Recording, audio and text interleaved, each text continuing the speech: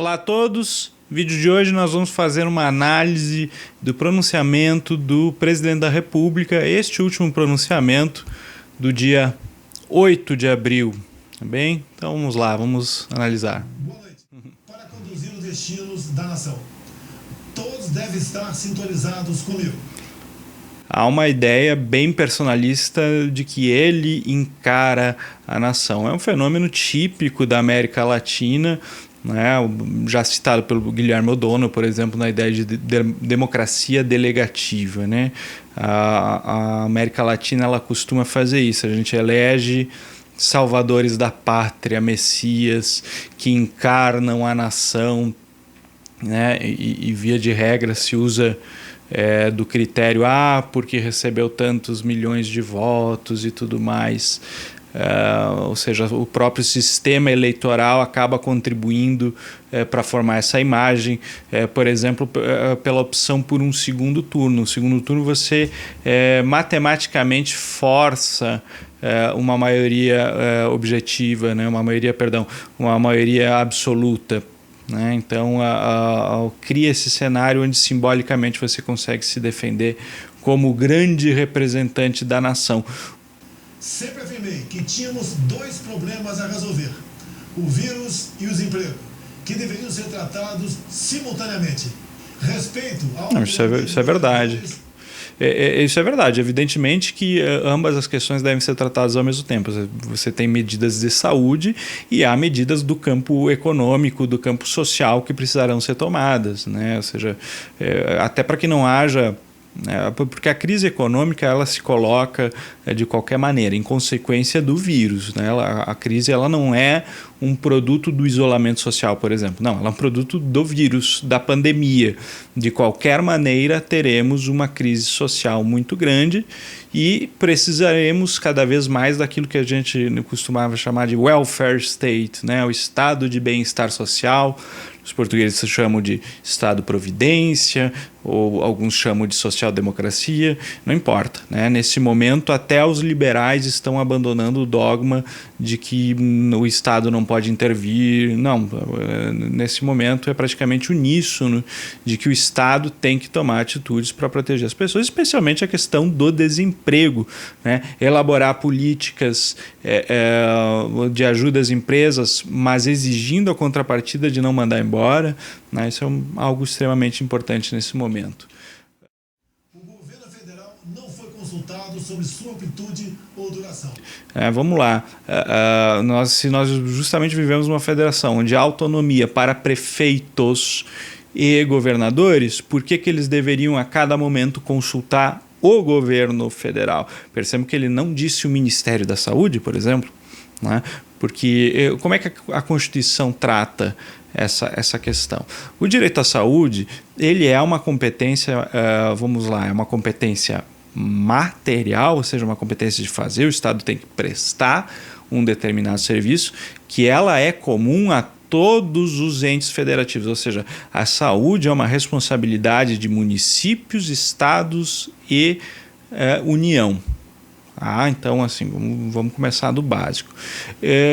Dito isso, não há necessariamente uma hierarquia, né? De novo, se eu estou falando em autonomia de prefeitos e governadores, por que razão eles teriam que consultar o governo federal? Não há essa razão. A Constituição fala que devem existir normas de cooperação em matéria de saúde, e essas normas existem, são leis complementares, né? Mas aí sim, isso fica vinculado ao Ministério da Saúde, né? E o Ministério da Saúde foi ouvido, né? Inclusive sempre foi uma recomendação do Ministério da Saúde. Por que o Ministério da Saúde não é considerado governo aqui? Ou seja, ele já... Claro, a gente sabe que nessa semana ele anunciou que demitiria o Ministério o ministro da Saúde, voltou atrás e não demitiu. Ele está tentando fingir que o ministro da Saúde não é parte do governo, né? Como se não tivesse sido nomeado por ele ou como se ele não tivesse responsabilidade sobre isso. Os mais humildes não podem deixar de se locomover para buscar o seu pão de cada dia. As consequências do tratamento não podem ser mais danosas que a própria doença. Não tem o menor cabimento sugerir que, por exemplo, você não vai ver milhares de pessoas morrendo em consequência das crises econômicas. Isso não é verdade, né? A economista Mônica de Bolle, inclusive, já fez um vídeo excelente sobre isso, onde ela comenta: isso é uma falácia você dizer assim, estamos entre a saúde e a economia. Em ciências econômicas já há muitos estudos sobre diversas crises econômicas que já se passou, né? É claro que você tem aumento do desemprego, das desigualdades sociais, você tem muitas pessoas ficando pobres. Agora, você não tem hospitais superlotados, você não tem pessoas morrendo aos montes pelas ruas. Bom, e ele comenta a questão dos mais humildes, dos mais pobres, basicamente incitando eles a voltar a trabalhar e buscar o seu sustento. Vejam, é o governo quem tem que ter um plano para amparar essas pessoas. Isso é a missão constitucional que foi dada, né? Está bem claro na nossa Constituição essa obrigação. Lembrando, né, que a nossa Constituição, já no artigo 3º, traz os objetivos fundamentais da República Federativa do Brasil: erradicar a pobreza, a marginalização e reduzir as desigualdades sociais. Após ouvir médicos, pesquisadores e chefes de Estado de outros países, passei a divulgar nos últimos 40 dias a possibilidade de tratamento da doença desde sua fase inicial. Há pouco conversei com o doutor... Bom, então aqui já começa algo que é a parte mais delicada desse discurso, né, onde ele se anuncia como quem está anunciando a cura da doença, né?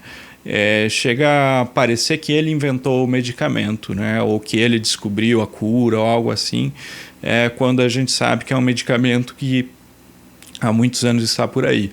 Percebe-se que há o quê? Uma preocupação em politizar, né, ou seja, houve uma forte politização da cloroquina, né?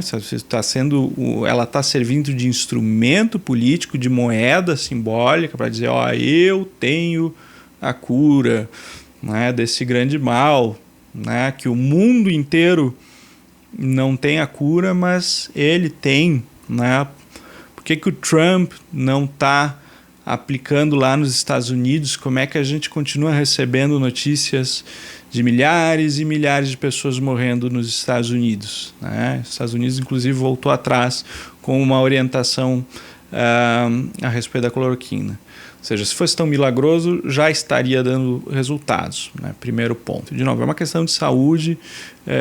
Quem tem que dizer sobre isso é a comunidade científica, não é este ou aquele médico isoladamente, né? Porque em todas as áreas a gente vai achar os mais variados profissionais para dar os mais variados pareceres. O que a Anvisa tem a dizer, né? A Anvisa aprovou o medicamento para cloroquina ou não? Por que não? E essas agências, elas existem por algum motivo. Então eu acho que é isso. Eu acho que o grande problema ficou com esse anticientificismo, né? Algo que foge muito do que é a função do presidente quando a gente analisa a Constituição. Enfim, era isso. Então, até nosso próximo vídeo.